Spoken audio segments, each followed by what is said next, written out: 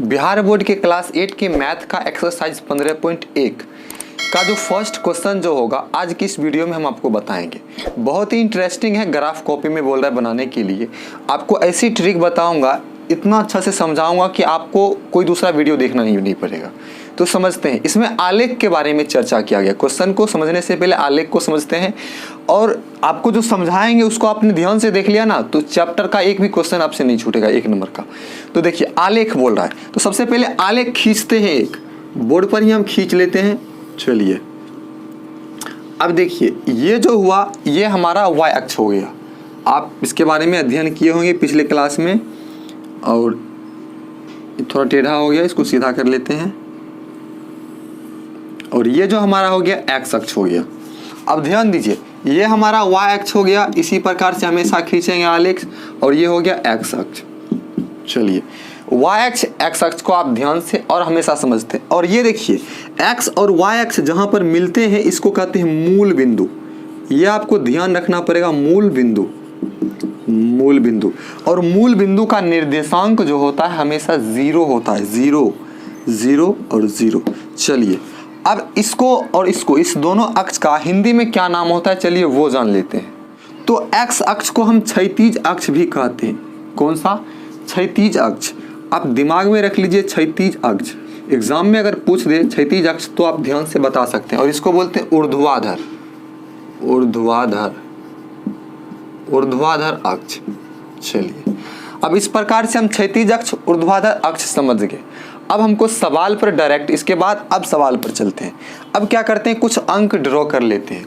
जैसे कि यहाँ से यहाँ पर 0 हमेशा रहेगा, यहाँ पर 1, यहाँ पर 2, 3। आपको ग्राफ कॉपी में ड्रॉ करना है 4, 5, 6। उसके बाद देखिए इसमें भी अंक ड्रॉ कर लेते हैं इसी प्रकार से। 1, 2, सॉरी 6 लिख दिए, 2, 3, 4, 5, 6। अब आपका सवाल जो है, चैप्टर में जो सवाल है उस पर चलते हैं, सीधे सवाल पर। अब एग्जाम्पल नहीं जाना है। सवाल जो बोल रहा है, निम्न बिंदुओं को ग्राफ में प्रदर्शित कीजिए। बिंदु दिया हुआ है जैसे कि A, इस प्रकार से A 5 3। चलिए अब आ गया समझने वाली जो पॉइंट है वो।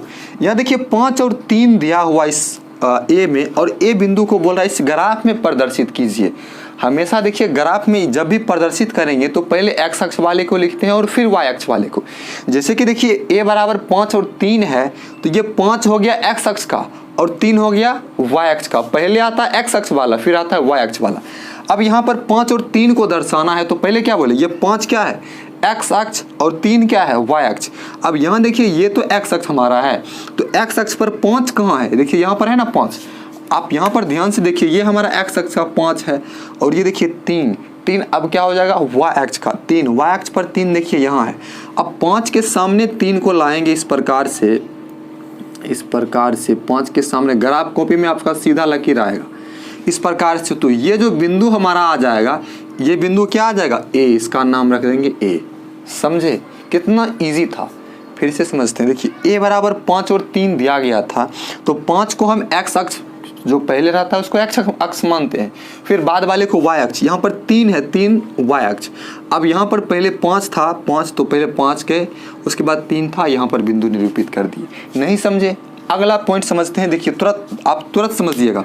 दूसरा है b बराबर 3 5। देखिए b जो है 3 5 है, इसको भी बोल रहा है इसी में दर्शाने के लिए। तो b क्या है, 3 5, 3 5। अब यहाँ पर देखिए 3 और 5 है, तो पहले होता है x अक्ष, फिर होता है y अक्ष। तो x पहले है 3, 3 क्या है, x अक्ष वाला, तो 3 यहाँ पर देखिए है। फिर 5 है, 5 y अक्ष का है, तो 5 देखिए यहाँ है। तो इसके सामने 3 के सामने 5 है, इस प्रकार से लाएंगे। 3 यहाँ पर है, इस प्रकार से लकीर खींच देंगे। ये जो यहाँ पर जो बिंदु बना, ये हो गया b। क्यों? क्योंकि b बराबर पूछा है 3 5, तो 3 और 5 मिला दिए। इसी प्रकार से आलेख खींचना है। तीसरा सवाल आपका है 4 और 5 c बराबर। सी ध्यान दीजिए, c है 4 5 को दिख रहा है, c 4 5 है। तो यहाँ पर ये 4 जो है, 4 कौन सा अक्ष का होगा, 4 पहले आया है, और जो पहले आता है वो x अक्ष का, और जो बाद में आता है वो वाई अक्ष का।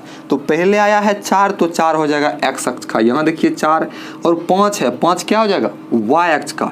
देखिए 5 है ना यहाँ पर वाई अक्ष में, तो 4 के सामने 5, यहाँ पर 5 को इस प्रकार से खींचेंगे इस प्रकार से और 4 से ऐसे मिला देंगे और यहाँ पर जो यहाँ पर ये जो बिंदु आया ये हो जाएगा सी।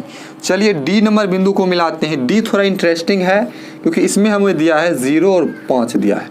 अब ध्यान दीजिए 0 और 5 दिया है तो 0 कौन सा हो जाएगा, 0 पहले है, 0 हो जाएगा एक्स अक्ष के लिए, तो एक्स अक्ष ये है ना, तो 0 यहाँ पर हो जाएगा और 5 है, 5 कौन सा अक्ष होगा वाई अक्ष होगा। तो वाई पर देखिए 5 यहाँ पर है तो यहाँ पर बिंदु बनेगा क्योंकि 0 बोला है, इसी के सामने जाएंगे यहाँ पर बिंदु बनेगा और इसका नाम हो जाएगा डी। क्या नाम होगा डी। चलिए डी क्योंकि डी का निर्देशांक दिया हुआ था। अब यहाँ पर दिया हुआ है ई का निर्देशांक 5 और 0। चलिए ई का निर्देशांक दिया है 5 0, यहाँ 0 5 था, यहाँ 5 0। तो ध्यान से देखिए 5 और 0 दिया है तो पहले क्या है 5 और पहले क्या रहता है एक्स अक्ष का निर्देशांक, फिर रहता है वाई अक्ष का। तो 5 जानेंगे यहाँ पर देखिए 5 एक्स अक्ष का, फिर 0 यहाँ पर रहता है एक्स अक्ष और वाई अक्ष दोनों का 0 यहाँ रहता है।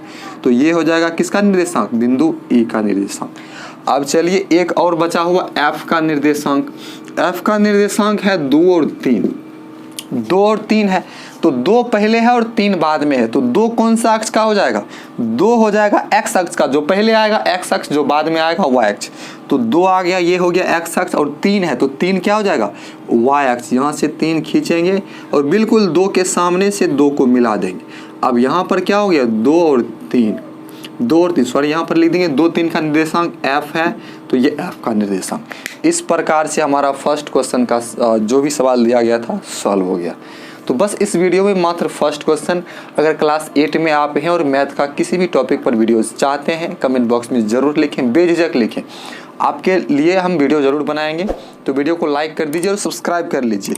अगले दिन सेकेंड क्वेश्चन क्योंकि ग्राफ में दिया हुआ और ग्राफ में ही बोल रहा है हल करने के लिए, तो ग्राफ कॉपी पर वीडियो बनाकर आपको देंगे। तो धन्यवाद।